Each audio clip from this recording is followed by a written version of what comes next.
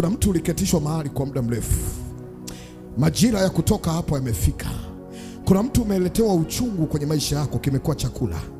Yaani wewe, maumivu kimekuwa ni chakula chako, hofu imekuwa chakula chako, wasiwasi kimekuwa ndio chakula chako, machozi yamekuwa chakula chako.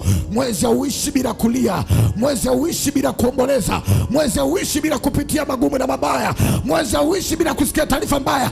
Nimesimama kama kuhani, nasema unatakiwa uhame hapo, inatakiwa uvuke hapo. Kama hiyo nyumba unaokaa imechezewa, reseketea, ninaikomoa kwa jina la Yesu.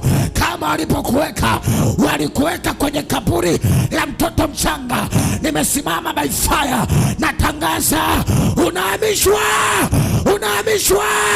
Kama ni mizimu ya kwenu inakuita, ikuachie sasa, ikuachie sasa, ikuachie sasa, ikuachie sasa, ikuachie sasa, ikuachie sasa, ikuachie sasa, ikuachie sasa. Kama ni maagano ya asili yanayosema wewe ni wa kwao, kama ni roho ya mizigo. Kuna mtu unanisikia, unabebeshwa mizigo ambayo haiendani na umri wako, unabebeshwa matatizo ambayo haiendani na umri wako. Kila jambo unaambiwa wewe ndio ufanye, kila jambo unaambiwa wewe ndio ushughulikie.